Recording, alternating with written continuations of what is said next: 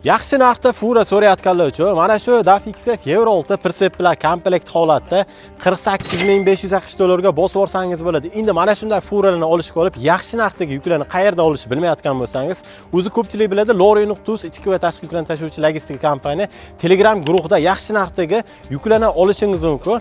Ilovasini ham ishlab chiqarib qo'yilgan Play Market yoki App Store dan yuklab olsangiz bo'ladi. Endi furani ma'lumotlar bilan birma-bir tanishtirib o'tib ketaman. 2015-yilda ishlab chiqarilgan tegach 460 taliga avtomat korobka yurgan masofasi 1,30,000 kilometr masofani bosib o'tgan. Balolarning holatini ham videoni o'zida ko'rsatib o'tib ketamiz. Bu mana tegachchi oldi balolarning holati. Baklari bu tomonda 700 litrli bak, bir tomonda 280 litrli bak bilan jihozlangan. Bu mana tegachchi orqa balonlarining holati. Adbulularni uzdirib qo'yilgan ekan.